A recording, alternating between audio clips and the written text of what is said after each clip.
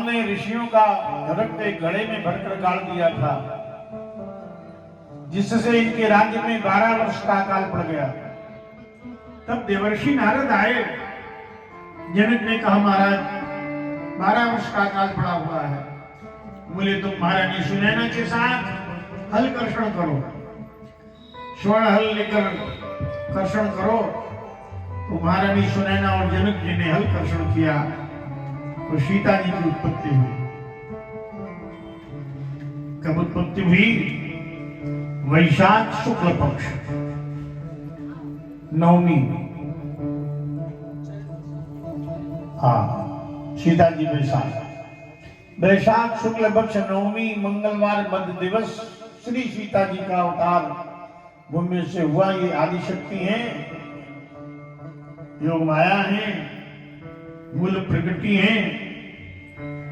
तो ऐसी भगवती पराम्बा वैदेही का अवतरण हुआ। इस तिथि को सीता नवमी कहते हैं। बोले सीता देवी की जय हो। ये उद्भव स्थिति संहार कारिणी है, क्लेश हारिणी है, सर्वश्रेष्ठकरी है, मूल प्रकृति है, पराम्बा है। सीता जी की प्रार्थना करने से भगवान बड़ी जल्दी प्रसन्न हो जाते हैं।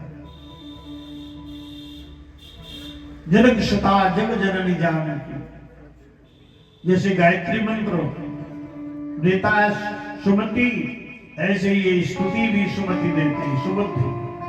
इसको गायत्री मंत्र ही मान लीजिए। जनक सुता जग जननी जानकी, अतिशय प्रिय करुणा निधान की, ताके जुगपद कमल मनामो, जासु कृपा निर्बल मति।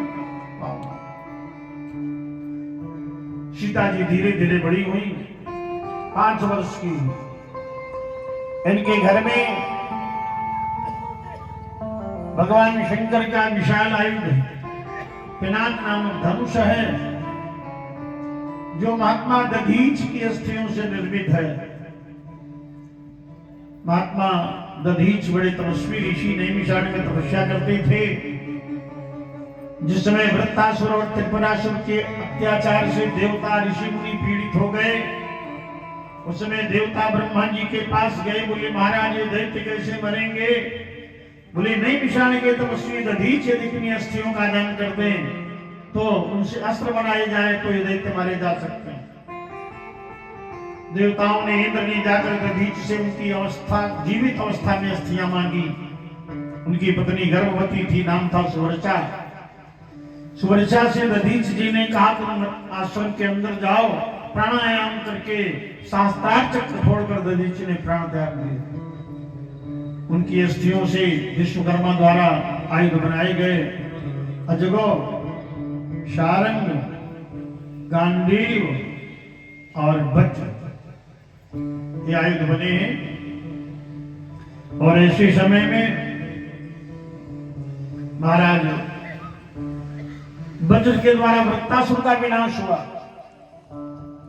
और इस अजगरों के द्वारा